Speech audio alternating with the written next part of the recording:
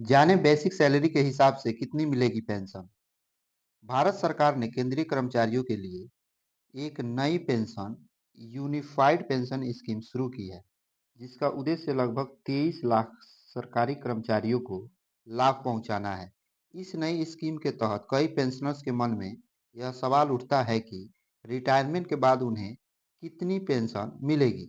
Unified pension scheme के अनुसार pension की राशि कर्मचारियों के वेतन, सेवा अवधि और योगदान के आधार पर निर्धारित की जाएगी। पेंशन पेंशन के लिए आवेदन करने के लिए कर्मचारियों को न्यूनतम सेवा अवधि की आवश्यकता होती है, जो कि सामान्यतः 10 वर्ष होती है। इसके अलावा स्कीम के लाभ को सुनिश्चित करने के लिए कर्मचारियों को समय-समय पर अपनी सेवा स्थिति की समीक्षा करनी होती है। इस नई पेंशन स्कीम से संबंधित अधिक जानकारी के लिए और आवेदन प्रक्रिया के बारे में जानने के लिए आप सरकारी विभाग की वेबसाइट या संबंधित अधिकारी से संपर्क कर सकते हैं। आगे आइए जान लेते हैं कि यूनिफाइड पेंशन स्कीम में राशि के लिए पात्रता क्या होगी। तो भारत सरकार की नई यूनिफाइड पेंशन स्कीम यूपीएस के तहत पेंशन को लाभ प्राप्त करने के लिए लाभार्थियों को कम से कम 25 वर्ष तक सरकारी सेवा में रहना अनिवार्य है। यदि कोई कर्मचारी 20 या 23 वर्षों तक सेवा करता है, तो उसे इस स्कीम का लाभ नहीं मिलेगा। रिटायरमेंट के बाद प्राप्त होने वाली पेंशन की राशि की गणना रिटायरमेंट से पूर्व की बेसिक सैलरी और महंगाई राहत डीए को ध्यान में रखकर की जाएगी।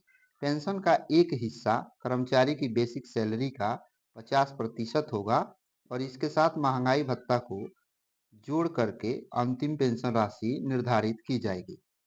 उदाहरण के लिए देख लेते हैं।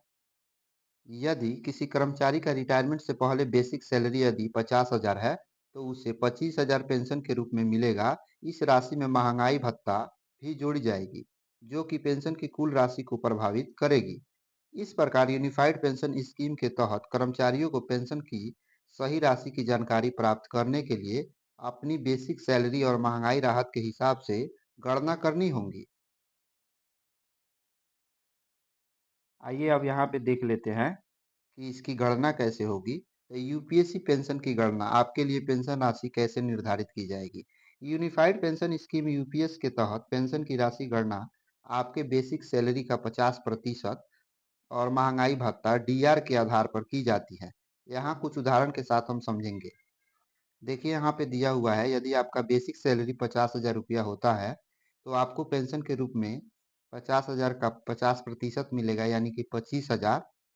उसके साथ डीआर का भी लाभ मिलेगा, तो डीआर लगभग 5,000 के आसपास हो जाएगा। तो आपका वेतन हो जाएगा 30,000, जो आपको पेंशन के रूप में मिलेगा। वहीं यदि आपका सैलरी रिटायरमेंट के समय 55,000 रुपया रहती है, तो उस समय आपका 27,500 रुपया, जो मूल वेतन का 50% होता है, उसके साथ डीए को ऐड करेंगे तो 5500 हो जाएगा। यानी कि टोटल पेंशन आपको 33,000 रुपया मिलेगा। और इसी हिसाब से आप अपने कैलकुलेट कर लीजिएगा। आपके रिटायरमेंट के समय जितना वेतन होगा, उस वेतन का 50% के साथ डीए का भी लाभ मिलेगा आपको पेंशन के रूप में। वीडियो पसंद आए तो लाइक जरूर करें। धन्यवाद।